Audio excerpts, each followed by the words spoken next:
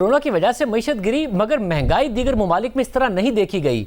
और ज़ाहिर महंगाई का गुर्बत पर और ज़्यादा असर पड़ता है जब तरक्की ना हो रही हो मईशत में। इसकी क्या वजह है? देखिए, जो परेशान कुन बात है शर नमू से ज़्यादा, और वो है अफरात ज़र। आपने बिल्कुल ठीक कहा। अब आप ये देखिए कि खाने की चीज़ें जो हैं पिछले 2 साल 33% इजाफा हुआ है, और हमारा अंदाज़ा ये कि सालाना जो हमारे कंजम्पशन है आटे और चीनी, सिर्फ इन 2 आइटम की, उन पे जो पाकिस्तान के लोग हैं उनका ख़र्चा सालाना जो इजाफा हुआ है वो 330 अरब। अब इन हालात में जब बेरोज़गारी में काफ़ी इजाफा हुआ था, ख़ास तौर पे जब कोविड आया था और लॉकडाउन वगैरह का वक्त था, तो इस लिहाज से गुर्बत में यकीनन इजाफा हो रहा है और कुछ हो भी चुका है। हमारा अंदाज़ा ये है कि कोविड के आने से पहले तकरीबन 6 करोड़ लोग गरीब थे।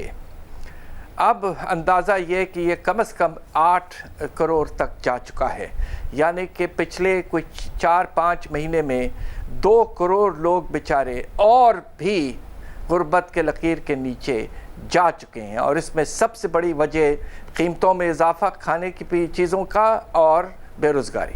और सब अगर ये हुकूमत तमाम जिम्मेदारी गुज़िश्ता हुकूमत पर डाल देती है, असल वजह क्या है? क्या पैदावार का मसला है? इसके अलावा मिसमैनेजमेंट का मसला है कि ना गंदम की कीमत कंट्रोल हो रही है, ना चीनी की, ना दूसरी अशिया की? देखिए, इसके 2-3 वजूहात हैं। एक तो ये कि पैदावार में कमी आई है। अब आप ये देखिए कि आपका जो गंदम का जो फसल थी वो तकरीबन, हमारा अंदाज़ा ये है कि 20 लाख टन कम हुई है।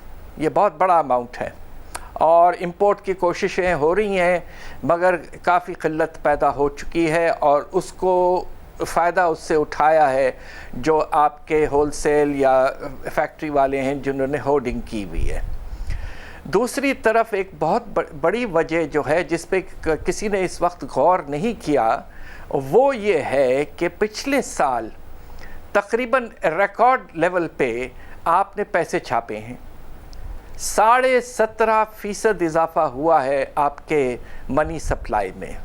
तो वही है अफरात ज़र, जिसमें कहते हैं ना कि बहुत पैसा कम चीज़ों के पीछे भाग रहा है। ये असल वजह है कि आपके अफरात ज़र जो है वो 9% है, और खुदा न खास्ता और ऊपर जा सकती है, और खाने पीने की चीज़ों में और इजाफा हो सकता है। तो इसके बहुत से वजूहात हैं। एक सप्लाई की कमी, एक मनी सप्लाई में बहुत तेज़ी से इजाफा, और उसके नतीजे में अफरात ज़र में इजाफा।